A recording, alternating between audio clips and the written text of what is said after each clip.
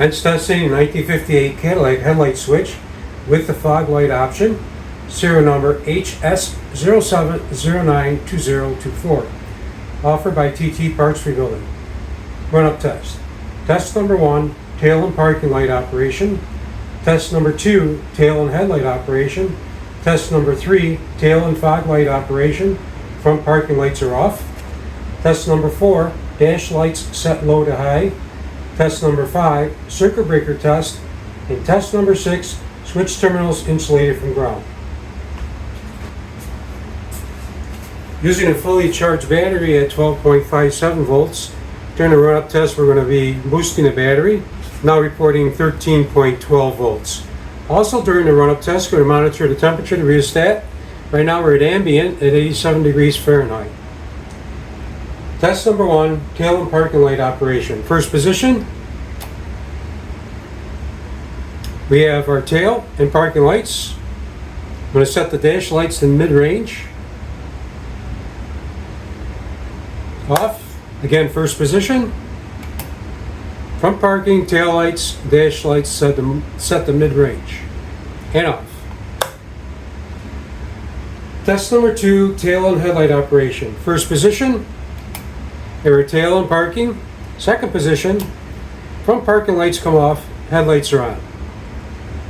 Back to first position, headlights off, front parking lights come back on and off. Test number 3, tail and fog light operation, front parking lights off. First position, we have our front parking lights and tail lights. And here we have the fog light switch, and we rotate that to turn the fog lights on, which shuts the parking lights off. The feature only allows for fog or either parking. Back to parking. Again, fog lights. Second position, we see this option is not available in second position. Only available in first position do we have the option of turning on the parking or the fog lights. Back to parking and off. Test number 4, dash lights set low to high. First position, we rotate the rheostat to full and full bright. Back to mid-range. We're monitoring the temperature of the rheostat. We're up here at 119 degrees Fahrenheit. Set that to mid, from mid to low.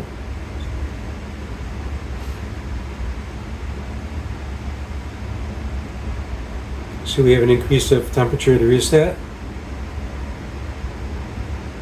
To off position.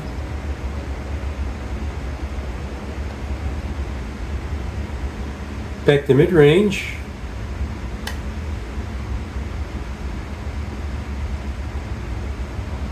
To bright. And full bright.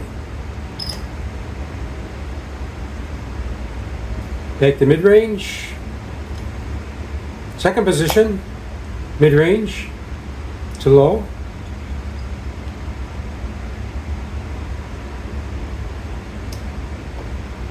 Off. Back to dim. Mid-range.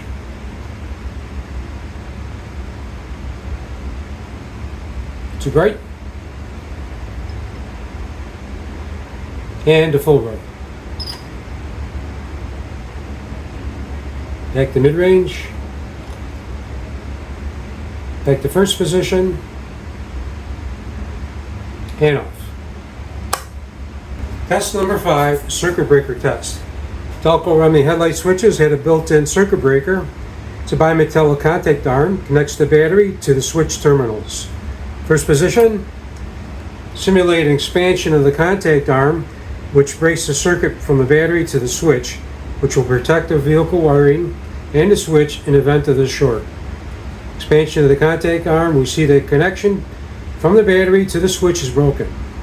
The feature is also available in second position, headlight position. Demonstrate expansion of the contact arm and opening of the circuit, protecting the switch and the vehicle wiring. Back to first position. Expansion of the contact arm. Protecting the switch and the vehicle arm. And off. Test number 6, switch terminals insulated from ground. Using a standard 12-volt test light, we see we have continuity back to the battery at the switch chassis. We're going to probe each one of the switch terminals and the fog light switch terminals and demonstrate there's no continuity back to ground. We're going to start with the switch body. Here we have the dash lights, no continuity back to the battery. The dash light feed, no continuity back to the battery. Battery feed, no continuity. Headlight feed, no continuity back to the battery. Tail light, no continuity back to the battery. Parking light feed, no continuity. Parking light feed to the switch of the fog light, no continuity.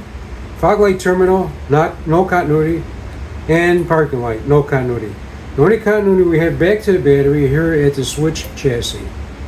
This demonstrates that the switch terminals are insulated from ground.